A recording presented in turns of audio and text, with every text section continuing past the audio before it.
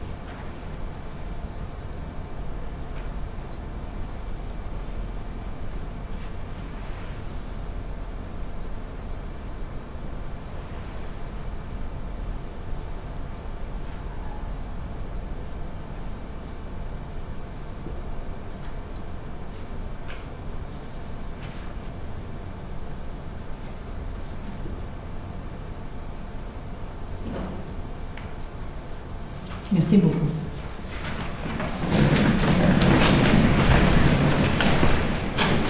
Ce n'est pas par hasard que la date du 1er mai a été retenue pour la tenue de cette soirée. Ce 1er mai 2012, Journée internationale des travailleurs et travailleuses, est particulièrement significative et animée chez nous. La mobilisation apportée pour le réveil étudiant nous revigore. Toute la journée, il y a eu plusieurs activités. Ce matin à 10h, à 16h, simultanément à la nôtre, il y a une marche dans laquelle on aurait aimé participer. Et plus tard dans la soirée, il y en aura une autre à laquelle je vous recommande de participer. Le départ se fera de la place Émilien Gamelin à Berry-UQAM vers 21h. Tout cela est positif, un signe de vitalité, d'engagement, de militantisme à l'image de Madeleine Parent. The day, first of all, I introduced myself earlier on. My name is Monique de Ginet. I'm the Vice President of the Foundation Aubin since a little over a year. And we didn't choose the day of the 1st of May is not, it is a very significant day for this commemoration because it is one amongst other events that prove the commitment and the new wave of vitality given by the students and all the different militant groups. I will ask you to excuse me because for the English, because I didn't really prepare any translation, but this is, I'll do my best. So we have a very rich and detailed program. First of all, we're going to have Madeleine Parent was the Sociétaire Émérite of the Foundation. As I said, she was very involved and very supportive. We have 3 other Sociétaires Émérites. André Lévesque, who cannot be with us tonight, but she wrote a book on Madeleine Parent that is available here at the Foundation for you to purchase. And we have Carrie Levitt and Alfred Dubuc. Following their testimony, we will have the Raging Grannies that will give us the pleasure to give a performance. Then we will have a film within 3 parts. We'll have, first of all, a film on, that is done by Sophie Bissonnette, who is here this evening, and the film is available for purchase. It is $20, it's a DVD, and if you would like to purchase it, you would have to, she's sitting right there, she'll take an order, and she will mail the films for you. After that, after that film, we will have an interview with Amir Kadir. We'll have to excuse him, he couldn't be here this evening because he's in a congress in Quebec City. And finally, we'll have the exclusive interview that Madeleine Parent gave to the Foundation in 2011. Then we are waiting, we expect to have another chorale, the Mémé Déchaînée. We hope they will arrive. And after that, we'll have the testimonies of people who knew Madeleine very well. We are very, very privileged to have those persons with us. So this, and after, we'll present them as we go along. And we'll also have Benoit Doré of the city could not be here, but excuse him, but we'll, as the evening goes, I will read his letter and give you the good news that for the commemoration of Madeleine Parent. Alors voilà, je vais passer au français. Nous avons un programme qui est riche et qui est, vous l'avez en main probablement, et nous allons avoir quelques modifications à faire à cause du moment de personnes qui ne pouvaient pas être là. Alors nous allons commencer par, vous savez que Madeleine Parent a été sociétaire émérite de la Fondation. Nous avons 3 autres sociétaires émérites, André Lévesque, qui a écrit un livre sur Madeleine Parent qui est disponible à l'entrée. Il ne peut pas être avec nous ce soir parce qu'elle n'est pas dans le pays. Et nous allons avoir les témoignages de sociétaire émérite Karine Lévite et Alfred Dubuc. Ensuite, nous aurons la chorale des Raging Grannies qui vont nous chanter 3 chansons. Puis la présentation du film. Nous avons 3 extraits de film. Je vais pas, parce que ça serait trop long, malheureusement on aimerait bien, mais le film dont nous allons présenter les extraits de Sophie Bissonnette est disponible pour achat. Sophie Bissonnette est à l'entrée et elle n'a pas les DVD avec elle, mais vous pouvez remplir un formulaire, elle vous les enverra. Ensuite, nous allons présenter une entrevue d'Amir Kadir que je vous ai demandé d'excuser parce qu'il ne peut pas être là parce qu'il est à Québec à un congrès. Et pour terminer, la dernière entrevue exclusive de Madeleine à la Fondation, nous avons eu l'honneur d'avoir en 2011. Ensuite, nous avons au programme une autre chorale, les Mémés Déchaînée, nous espérons qu'elles vont arriver. Et nous avons vraiment le privilège d'avoir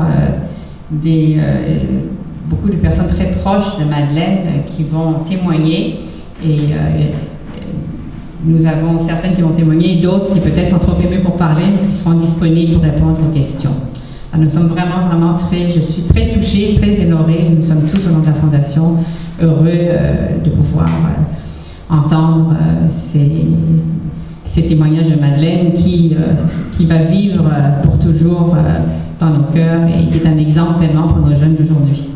Et ensuite, à la fin, nous aurons le mot de la fin de notre président, Aziz. Après aussi, je vous invite à visiter la Fondation Urbain et le bureau la salle juste à côté. Donc, on trouvera un moment, ça serait vraiment appréciable. Donc, sans plus tarder, je vais inviter notre sociétaire émérite, Karine Lévite, à prendre la parole.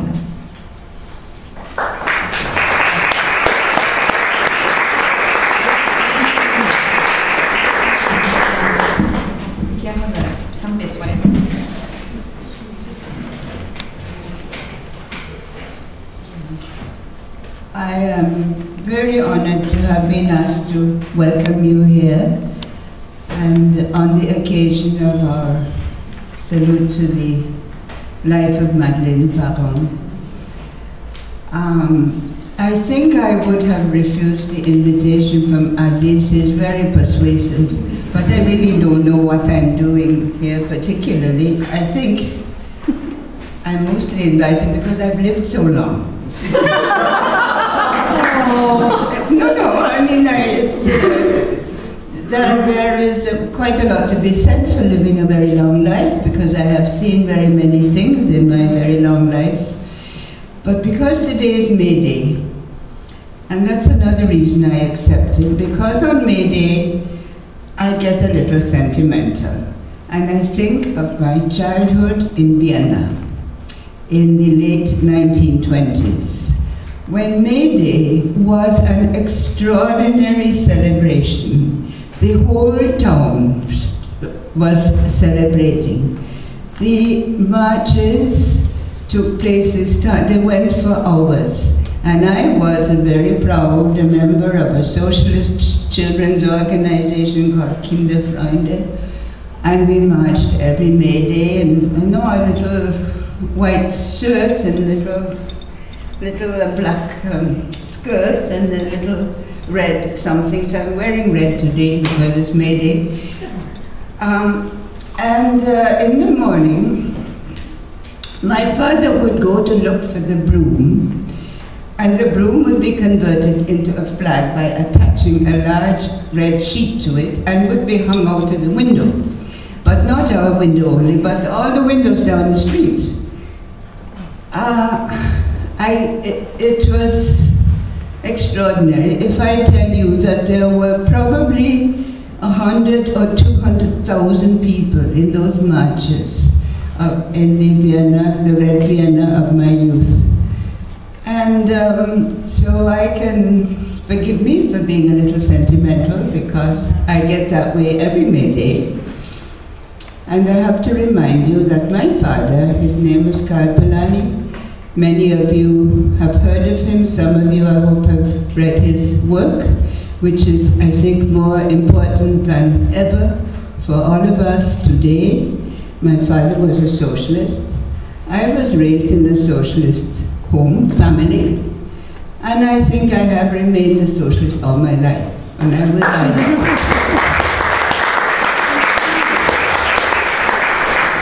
And it is a word that has gone out of style, like a lot of good things that have gone out of style, and a lot of bad things have come into fashion.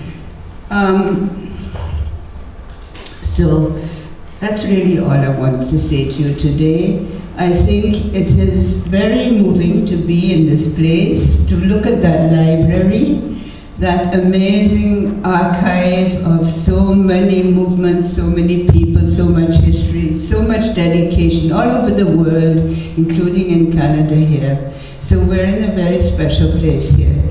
And I look forward to all the testimonies to the life of Madeleine Parmon. Thank you.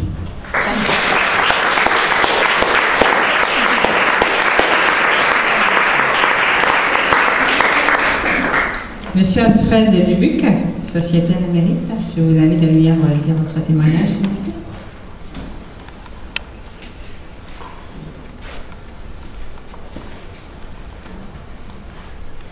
Merci, madame. C'est moi qui vous remercie. On m'a demandé de vous entretenir de Stanley Ryerson. La Fondation Aubin a été créée par Stanley et son épouse, Mildred, pour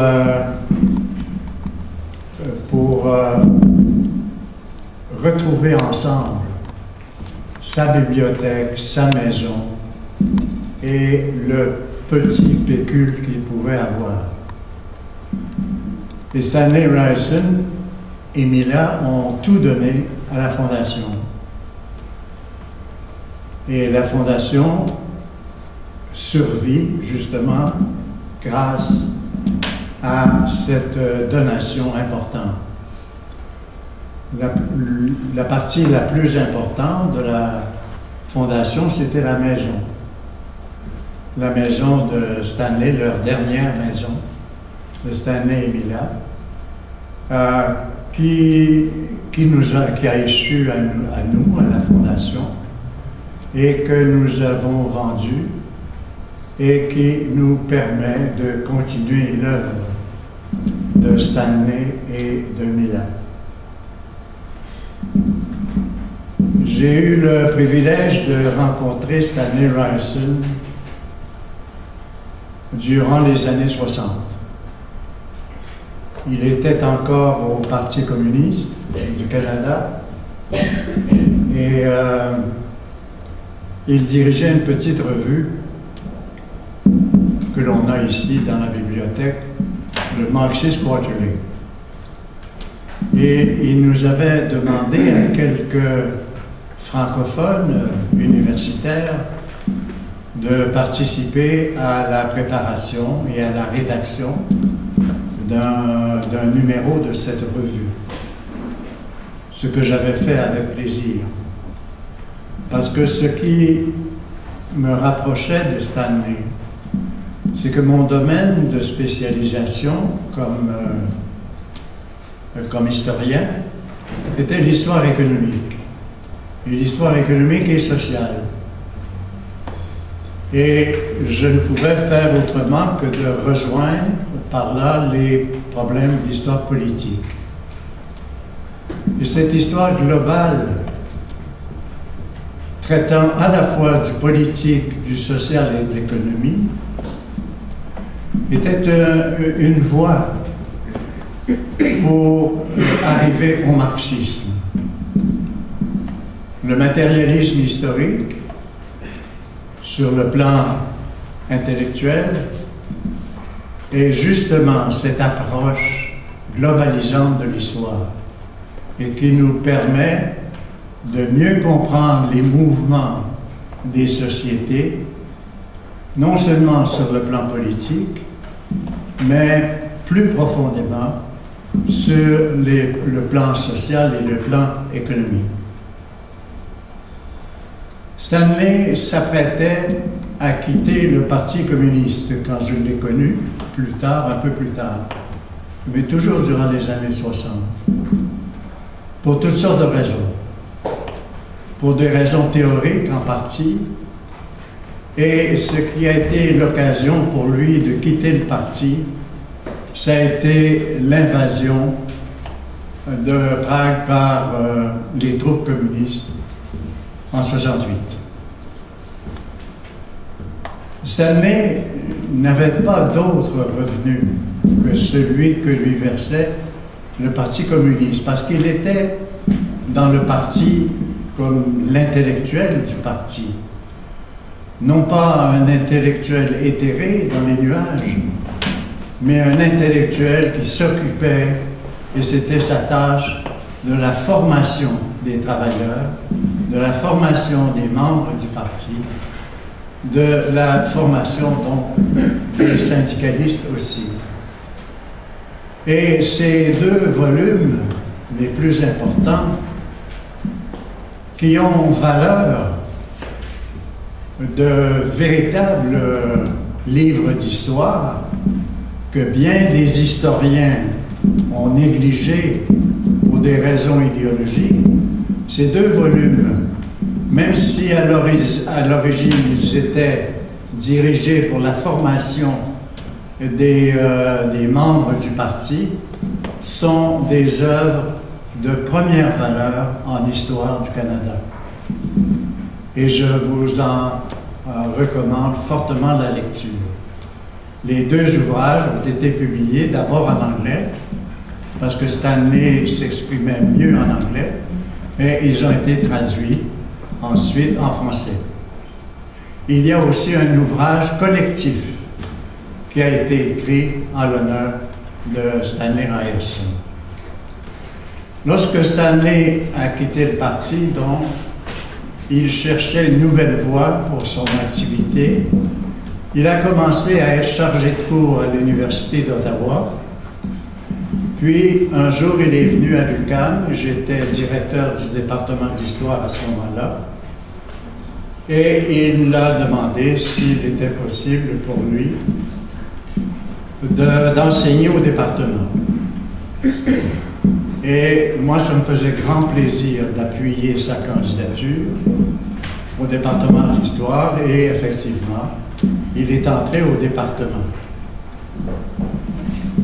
Stanley, au département d'histoire, va diriger des travaux sur l'histoire du syndicalisme.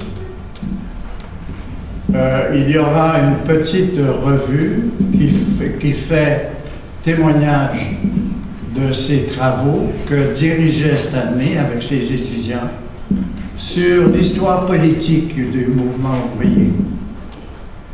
Et ce travail avec ses étudiants va aboutir dans ce magnifique volume sur l'histoire de la CSN que Stanley a dirigé avec toute une série d'auteurs.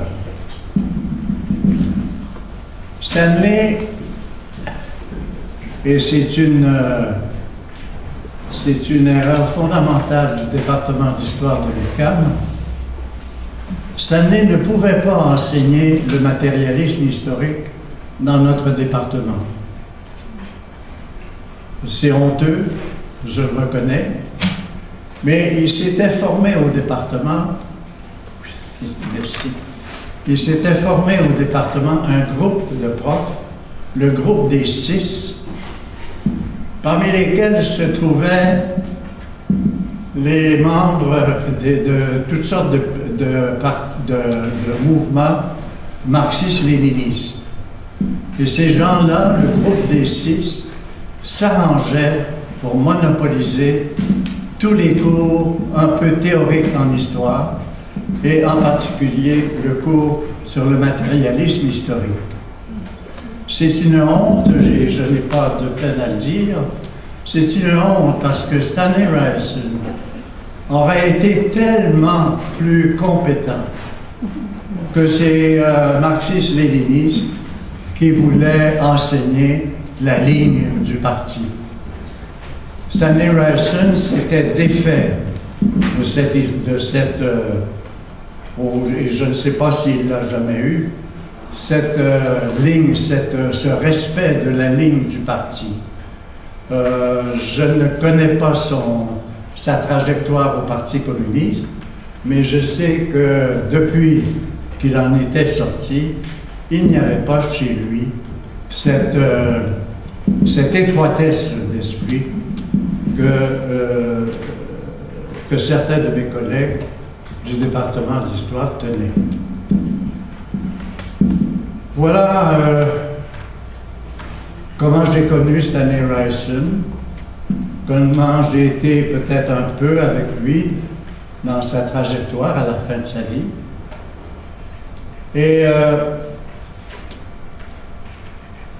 Et je dois dire que, bon, j'avais toutes sortes de choses à dire, mais je pense que j'ai peur d'être trop long. Stanley, bien sûr, a été, disons, le maître à penser de Béthune.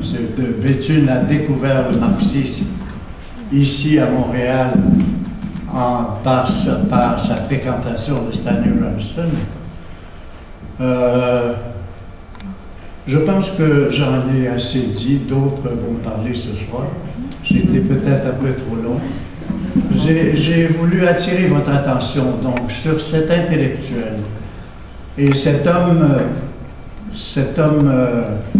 d'action. Ce n'était pas un intellectuel dans les nuages, c'était un homme d'action. Stanley était de toutes les parades, de toutes les sorties, et encore au-delà de 80 ans, je le vois marcher, des fois péniblement, dans les grandes manifestations. Voilà ce que je voulais vous dire de Stanley Ryerson. Merci.